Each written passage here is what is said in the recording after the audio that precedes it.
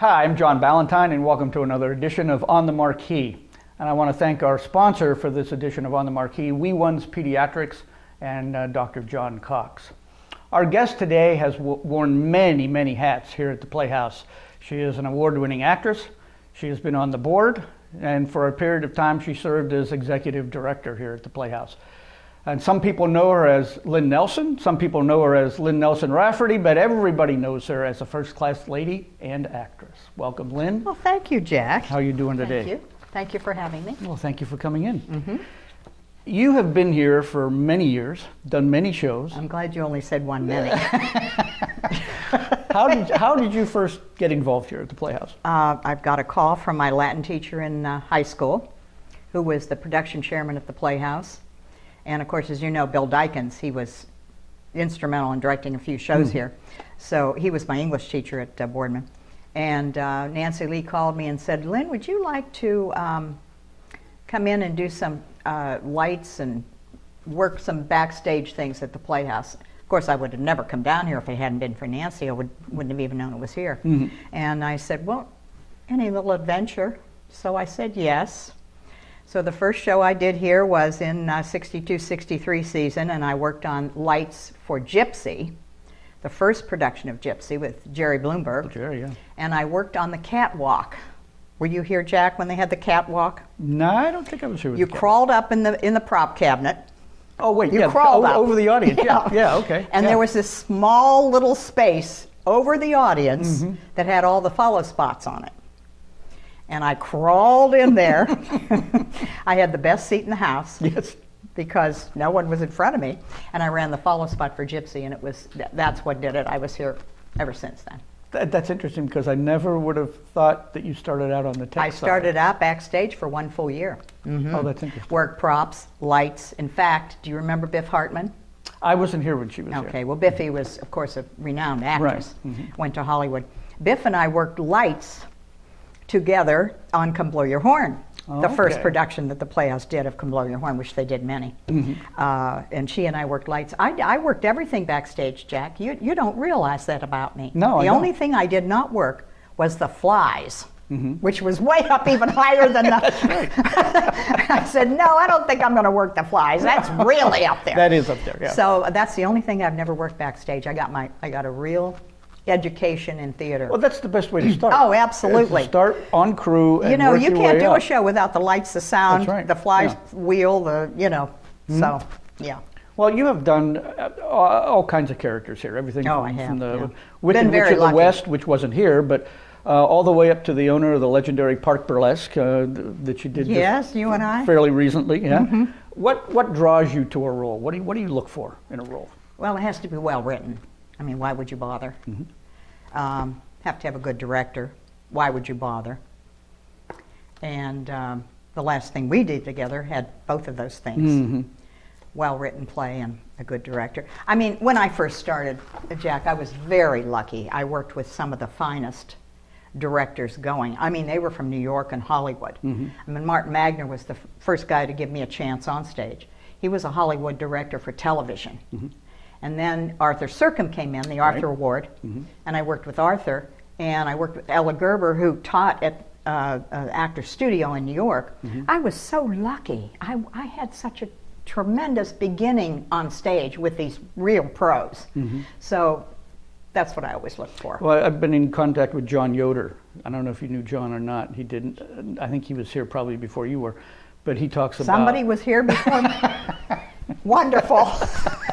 But he talks about Arthur Sercombe. He talks about Ella Gerber and how they Yes. were no-nonsense directors. Oh, no. They reduced you to a pebble on the beach, honey. Yeah. I mean, you know. Well, I first worked with you in 1973. Yes. In a production called Night Watch. Yes, it which was a so much fun. production. And it had that show had a stellar cast. I mean, you had Stellar. Rennie Griffith, you had Nick Leonelli, Chris Brown, Right. David Bailey, Dick Kepley, and I'm probably leaving some people out. Yeah, you might have left a few But- out, a few good ones. Yeah. You and Nick and Chris and an actress by the name of Debbie Switney, who was also prominent here at the time. Yes. You guys were kind of a powerful foursome here at that time. You did many shows together. We did shows together, right. And I don't know whether we were a foursome, but... Well, you were, because when you saw one, you usually saw the other three. And you teamed up a lot of times, maybe not all four in the same show, but Right. at least in groups or couples. Yeah. What made the four of you so prominent at that time? I don't know. We had such a chemistry and a friendship. And I think that when you're on stage, Jack, and I think you know this, you stage managed several shows, you have to have that chemistry. Oh, yeah. The audience has to be able to connect. And we were such close friends.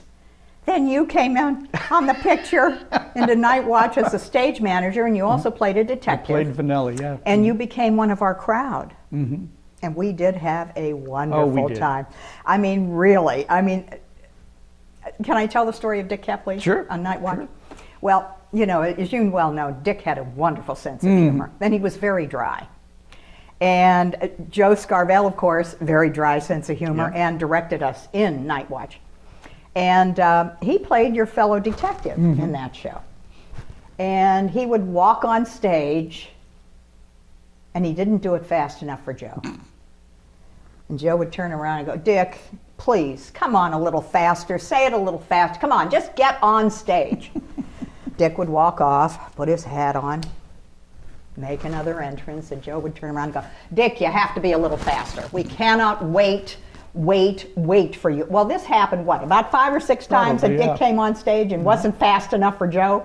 Finally, Dick said off stage, he said, Joe, how about if I just stand here, throw my hat on stage, and just say my lines over here? Well, you remember Jack Benny. You remember the look he used to give. Oh, yeah.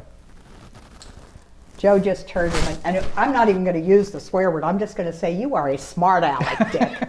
So after that, Dick was able to come on. Was that not funny? I mean, we had such a good time on that show. We did, yeah. And that's when you joined us, and you were. That was my first show here. We were apart, and I remember coming. You know, you had cast parties. We used to go to your home, and you had this gorgeous German Shepherd. Yeah. What was the name? Terry. Terry. She was a great dog. She was a beautiful dog, and your mom and dad were so lovely. I mean, to have us there they enjoyed every having show. having you guys. They really enjoyed Yeah, having we really had a everybody blast. there. We did. We really did. What other favorite memories do you have of past productions here? Well, I have a lot of them, but let me just say, sometimes people get a little big-headed in the theater, okay? We have egos that sometimes get beyond us. So if you started out, when I started out, you didn't have an ego. I worked for a director, Ella Gerber, who was a tyrant. And she said in our first rehearsal, leave your ego at the door. There you go. There's no room for it here. So here's a story about ego. I was working with Arthur Sercombe in a little play called Golden Fleecing. And I remember, Jack, that I couldn't do anything right. Do you ever have that sense of, I can't go on stage, I know he's going to find something wrong. So it went like this, rehearsal after rehearsal. He always picked on one person, and it was me in that show. So one day, he stopped me, and he was at the back of the theater, this theater. He came bounding down the stairs up to the front of the set and said, you know, somebody told me you were a good actress, but you have flat feet. Now, this is in front of the entire cast. Well, you know, that just sort of crumbles you when, you know. And I probably did have flat feet. I mean, he knew what he was talking about. So anyway, I was so upset, Jack. I was just, I couldn't go on. I ran into the dressing room, and I closed the door, and I locked it. And people were like beside themselves. They didn't know what the hell. I was hyperventilating. I was so upset. There was a doctor in the show, Dr. Robert Tornello, who, by the way, spent many, many years here and was president of Playhouse. Well, he rapped on the door, and he put a paper bag over my head, because when you have, when you're hyperventilating, the carbon dioxide or something has to settle or something before you stop. Puts the paper bag over my head, and I'm standing there breathing, and he said, breathe, breathe. That's an example of my early days at the Playhouse with a director who was a tyrant. But I learned a lot, Jack. I was so lucky to work with these people. They taught me so much. I was so fortunate. I don't care what they said to me or what they did. I walked away with a better knowledge of what I was supposed to do on stage. Well, it was those kind of people, I think, that helped lay the foundation Exactly. of the longevity of the Playhouse. Right. Now, of course, they didn't realize that at the time, but it really put in a strong, as I said, foundation of what was to come. And another story about the golden fleecing, which is the same thing. You know, Paul Kemple, who was a genius as far as that was concerned, came in 1965, and he built the set for the golden fleecing. And the set was so beautiful and ornate. He had cutouts for the ceiling of all of these mythical characters, and a fireplace that went from floor to ceiling. It was absolutely on tiers, you know, tiers, looked out over the Venice canals and all that. That set was so beautiful, it got its own review. They invited the audience back because the audience just, they gasped when they saw it, when the curtain went up. It was so extraordinary. They invited the audience back every night to view the set, walk around, take a look at it. There was a grate on the fireplace that was made out of cardboard that looked absolutely like it weighed 200 pounds. I mean, he was such a genius. He was. Not only on set building, but costuming. I mean, he was so wonderful. Oh yeah, Paul was great. And it was really sad day when we lost Paul. Oh, it was. It really was. That set was beautiful. Well, many sets that he built. Everything he did. Absolutely. But anyway, that was another story from the golden fleecing. Well, back around that time, the Playhouse had a really active women's guild. Oh, yes. You had a list of ushers that came in and ushered every night as long as your arm. Right. You had crews backstage that there were so many people that some of them didn't even have anything to do. Right. And at auditions, you could usually cast a show 2 or 3 times, depending on what the show was. The whole room would be filled with people. What is the Playhouse, or is there anything the Playhouse can do to foster that kind of participation again? Oh, that's a tough question, Jack. Now, because everyone's embroiled in their computers and their iPads, and I don't even think they think about theater anymore. Maybe unless you go into the schools and try to foster that kind of participation. I came from a school. I came from Boardman High School into the theater when I was 18 years old.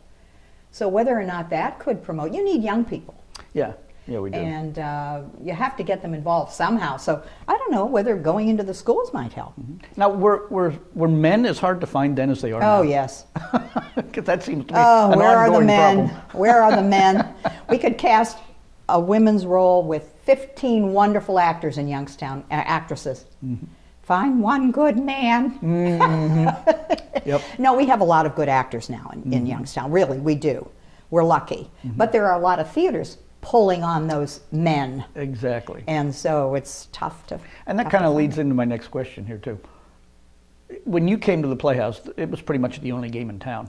It was. TNT, I think, might have been up there, and there was another one. But that was way away from us. Yeah. Some people say there's too many theaters in town now. There's never too many theaters. That's what I was going to ask you. Are there too many theaters? That's what I was going to ask you. No.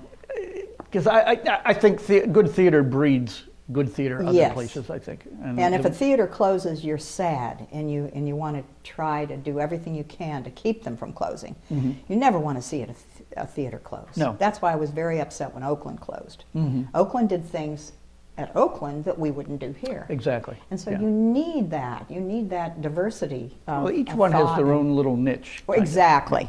Yeah. And so it was very sad when Oakland closed because they really weren't a competition, except for talent. Right. They weren't a competition for plays. They didn't do the same things we did. No, they didn't. But they were important. Yeah. It was sad when they closed. I want to back up a little bit and get into some more of your memories. Okay, I have a few just here kind on of my Playhouse, notepad. general Playhouse memories, and if you have a few of the shows, just toss those in too. Let me see. Well, Elizabeth Hartman. We briefly discussed Elizabeth.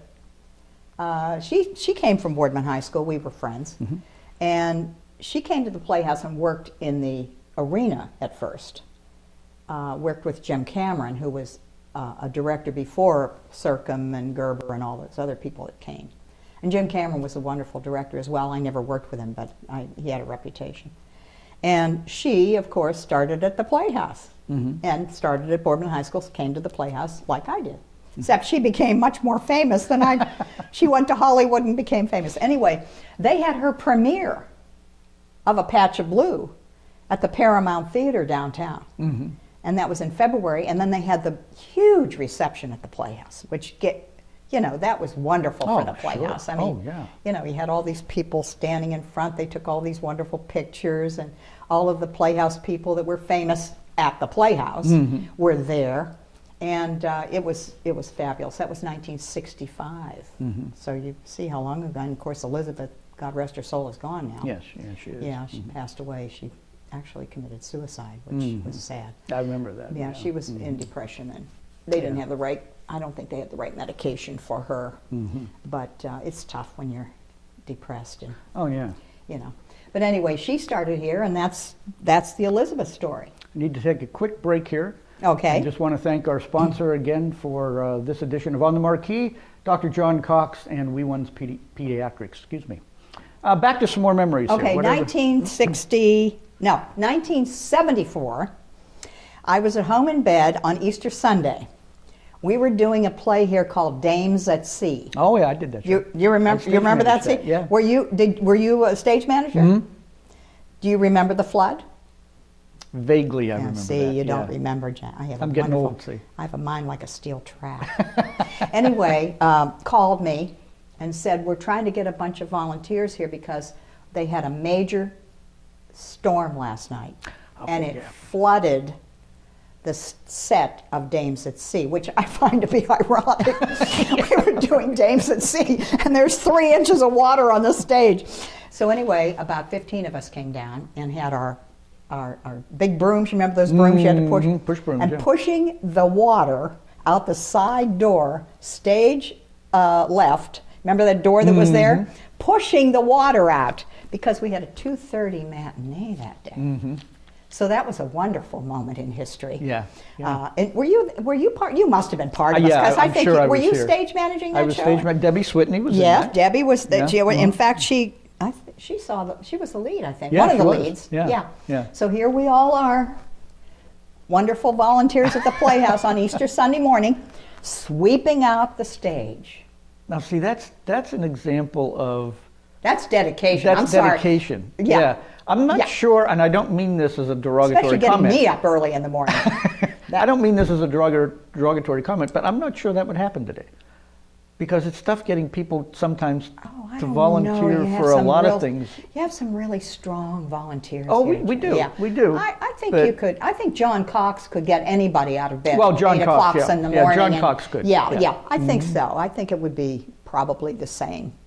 You mentioned the arena earlier. Let's talk about Yes. the arena a little bit, because unfortunately it's been gone for quite a while. Yeah. That was a very unique space. Yes, it was. And you could do things there that worked better there than they would have upstairs. Well, you could do 3/4 round. You could do round with seats all the way around the theater. Painted black, do you remember? The whole downstairs there was painted black. And we had seats that were like director's seats. Do you remember those old director's seats? Chairs, yeah. Those red and white seats. And they were pretty comfortable, you know. And we did a lot of wonderful things in the arena. I mean, I'm trying to think of, we did The Consul, directed by Robert Tornello, with Phoebe Alexander, all the wonderful singers in Youngstown. Minotti's The Consul. Can you imagine an opera? This was an opera. But, you know, the arena didn't seat that many people. What, maybe 150? Probably, yeah. We had to extend that 2 weekends. That was an opera. So you see how wonderful the quality was. Who's going to come to see I mean, not a lot of that's a niche audience, operas. And we had to extend the run. It was so wonderful. I mean, that's just an example. John Lee Domain directed them all in The Night Visitors. It's another Minotti play in the arena, the same thing. Wonderful attendance. Bob Tornello directed 12 Angry Men. That's a drama in the arena, another extension. So it was a fabulous place to do theater, really. Well, I'm finding out some interesting things in the archive room that they did some shows down there. I mean, large-scale musicals. I think we did Brigadoon down there, didn't we? Yeah, I think Brigadoon. And when I saw that, Amazing. I thought, you know, where did you put all these people? Yeah, right. Because the dressing room space is not. Well, they had to move people upstairs. Right. You know, they couldn't have the whole chorus down in the dressing room because there wasn't enough room, but oh yeah, we And did. as I recall, they had a... Paint Your Wagon. Did we do? No, maybe I we don't know didn't if do Paint that. Your Wagon was down there or not, but I don't... Hugh B. Fagan was in Brigadoon. Yeah. A lot of wonderful, talented Yeah. people. I think Billy Saluga. Do you remember Billy? You I Can know Call who Me he Ray, is, but You he Can was Call Me gone by Jay. the time I came. He was also in that. He was a wonderful actor. Yeah, I mean, you could do so many things down there. And I think they had a little snack bar down there, as I recall. Oh yeah. And Yes, I mean, it was. just, Near the stairway up, going outdoors. yeah, there was a little snack bar there. and it was Yes. such a neat, intimate spot. Right. What other great stories have you got here? Okay, 1975. Come Below Your Horn, directed by Bob Gray. Oh, Bob was the character in his own right. Yes, he was wonderful, and a wonderful actor as well. Oh, yeah. And this was in the early. This was when Bob just arrived at the Playhouse, and he became the resident artistic director. And this was in March of 1975. And he was bragging to us 2 days before opening. He said, "Now, we are completely sold out for opening night." Now, this is before the balcony was built. So that meant over 500 people were coming opening night to a play, which is today. Oh, unheard of, yeah. So anyway, we were so happy. We were walking around, we're so popular, you know. So anyway, Thursday comes, and that's preview night, you know, and it starts to snow. Oh, I think it starts to snow maybe about 7 or 8 o'clock that night. And it snows, and it snows.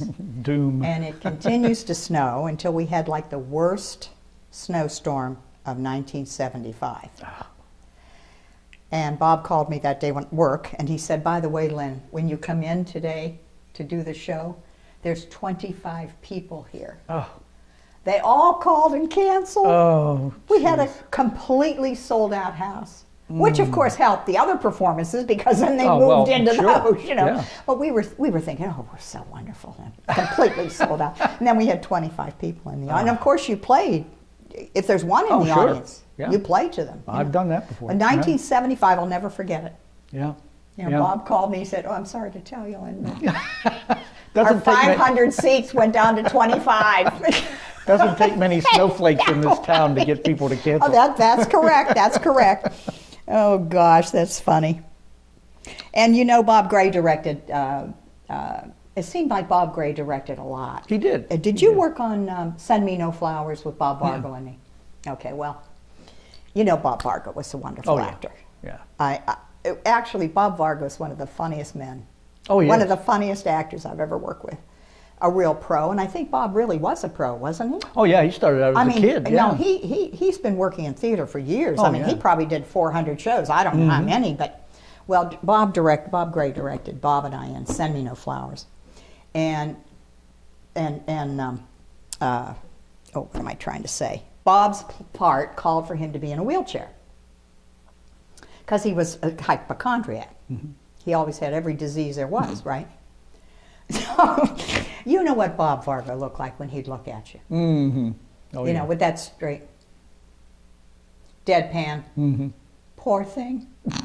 Well, we were doing this scene, and he was in the wheelchair. And Jack Moody, do you remember Jackson yeah. Moody? Sure I do, He yeah. was standing behind him. Good actor. Now, Jackson was about 7 feet tall and a nice size. No, I'm exaggerating, but he was a big man. He was a big guy, He yeah. played Santa Claus a lot. Mhm. He had a big white beard.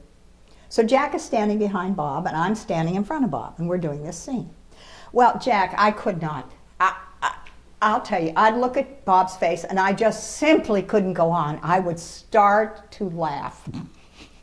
Now, Bob never changed his expression. You have to understand this. He was a real pro.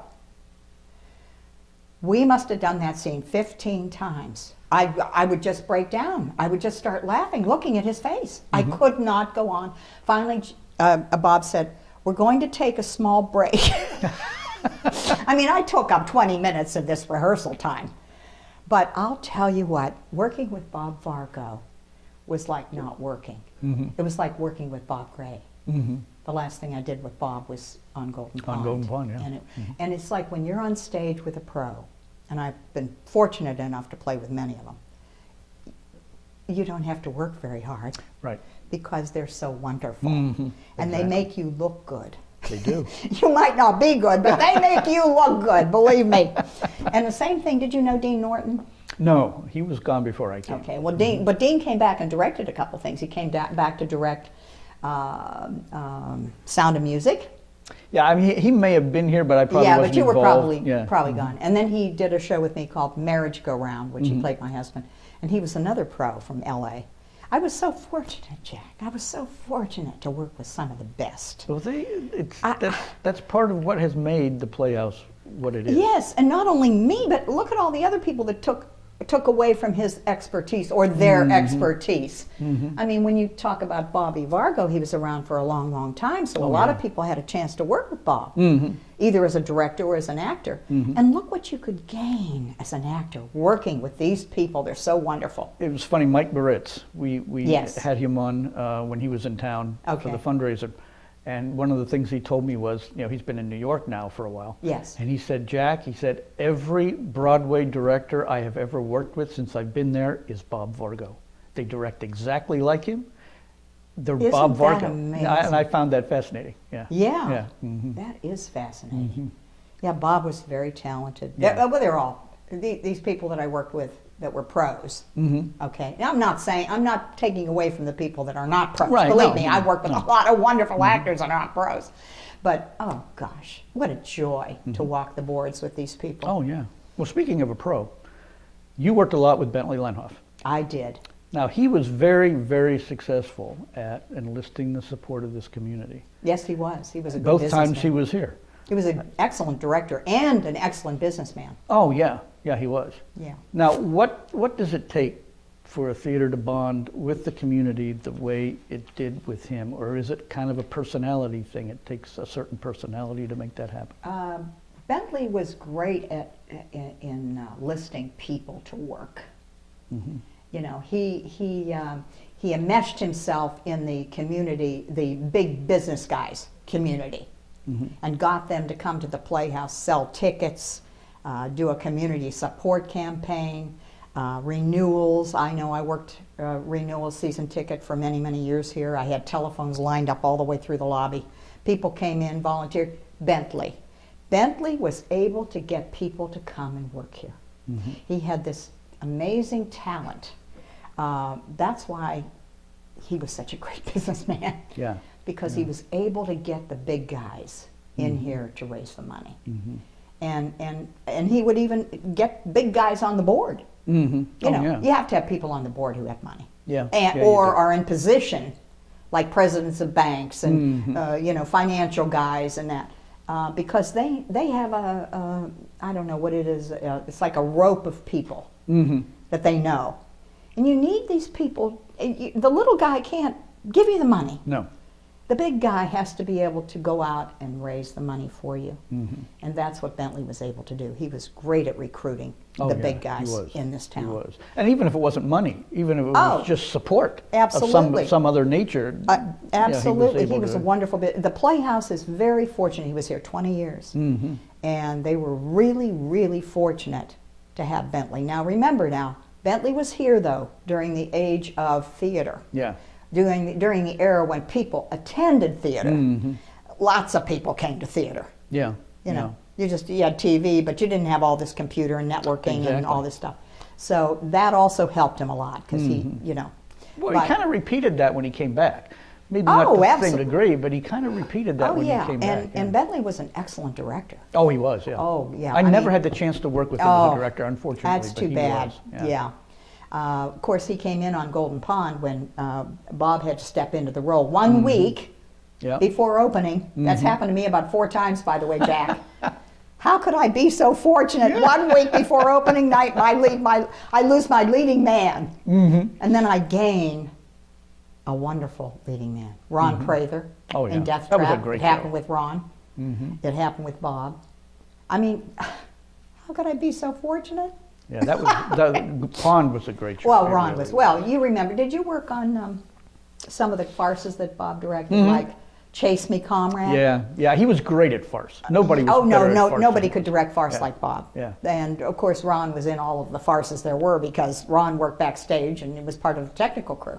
So he would enlist Ron to play the lead in this farce because he knew Ron was a great farcier. Oh, yeah. You know, he was wonderful. Do you remember when we had in Chase Me, Comrade, this great big white bear rug in front of the couch on stage.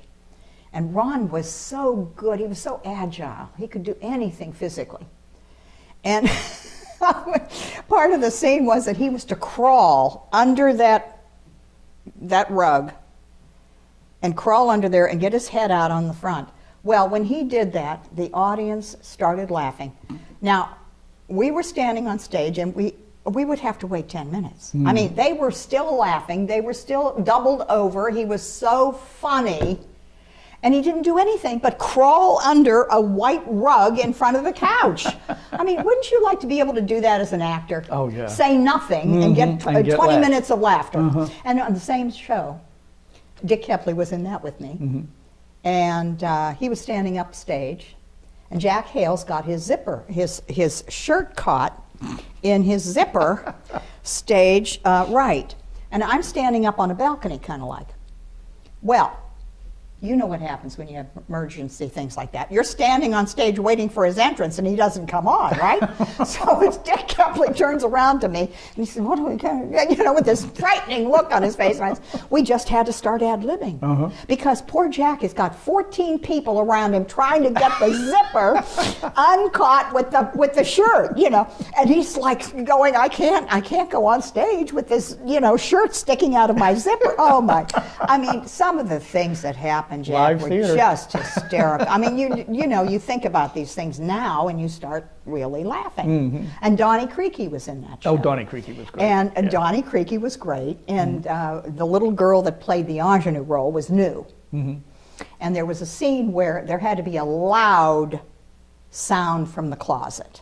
Okay, a really loud sound. And it was supposed to be she hitting him over the head with a book. Well, you're supposed to make the sound off stage by hitting the book on something hard so that the audience would hear. She hit him over the head with the book. Well, he came out, we were all standing stage left ready to make an entrance, and poor Donnie comes out and he's like stunned because the poor girl didn't realize you don't hit the actor over the head with the book. You hit the book on something hard to make the sound. I mean, Jack, really. I mean, some of the things that happened to us on stage or off Theater stories were really, are really fun. funny. They're really funny. Really funny. Now, as we get closer to the 100th anniversary of Oh, the Playhouse, dear. which is coming up. That's why you're having me here. I might die before that. I know this is why you're having me here. No, you're get going to her be on around. tape You're before gonna she be around. drops dead. Because we won't have her around here, and we'll at least have her voice up here. Okay, No, what are you going to You're going ask to be me? here for the 100th. Anyway, as they start out on their next 100th, what do you feel is the single most important thing they need to do to continue to be successful? Raise money. And you have a wonderful managing director Yes, here. yes, we do. Jimmy McClellan, who is a face in the community, not just at the Playhouse, but he has a wonderful reputation throughout. He does, yeah. He's worked at Oakland. He's worked all over. He's a wonderful actor. And he's a great managing director. He is. He is. And Jimmy needs the help, but he needs the help of the community, but you need to raise money. Right. You cannot sustain a theater on season tickets alone. Right. You have to go out, like Bentley did, and get the big guys in the community to help you with a drive and raise some money. You know, at one time, Jack, we had about $250,000 in a fund that we didn't touch. We would use it for interest only, and that fund got depleted, and so now we don't have that $250,000 to fall back on. Right. But we need to have that kind of money. Other organizations have it. I'm sure that the symphony has it, some kind of an endowment. I'm sure the Butler has it. And the Playhouse is an important part of this community. Oh, yeah. And I think if Jimmy was able to, and Johnny Cox is another one who's a wonderful president of the Playhouse, could get out and gather some men and women who are movers and shakers and get something going for a campaign to raise an endowment. Well, let's That hope would they be a can. great thing for this Playhouse. It Let's would, hope they can. yeah, extend its length. Exactly. Lynn, this has been fun. I didn't get through 40% of my Jack Wait, is. do we have time for one more story? No, oh, no. I'm kidding. Oh, I do have one little tiny story I'd like to tell about Bob Gray, because Bob was here for so long with Bentley. And you know, Bob and I played man and wife in House of Blue Leaves. Were you here then? I don't think so. Okay. Well, it was a wonderful show, and he was tremendous in it. Artie Shaughnessy played the piano at the very beginning of the show. And at the end of the play, he chokes me to death on stage. Slow choking. I died very slowly. My leg was up in the air, but it went down really slow. And every night at that scene, believe it or not, this is why we talk about ghosts of the theater, one blue leaf fluttered down from the top of the stage. Nobody's up there. Nobody's letting it go. Right. Isn't that amazing? That is. And it happened on every single performance. That's interesting. That's my last story. As I was dying, a As blue you're leaf. dying, a blue Right. leaf. Lynn, thank you very much for coming in today. Oh, thank you It's for been having great me, Jack. It's talking been a lot with of you. fun talking to you and reminiscing. Yes, yes. Yeah. Thank you. It's been great. Thank you for joining us for another edition of On the Marquee, and we will see you next time. Bye-bye.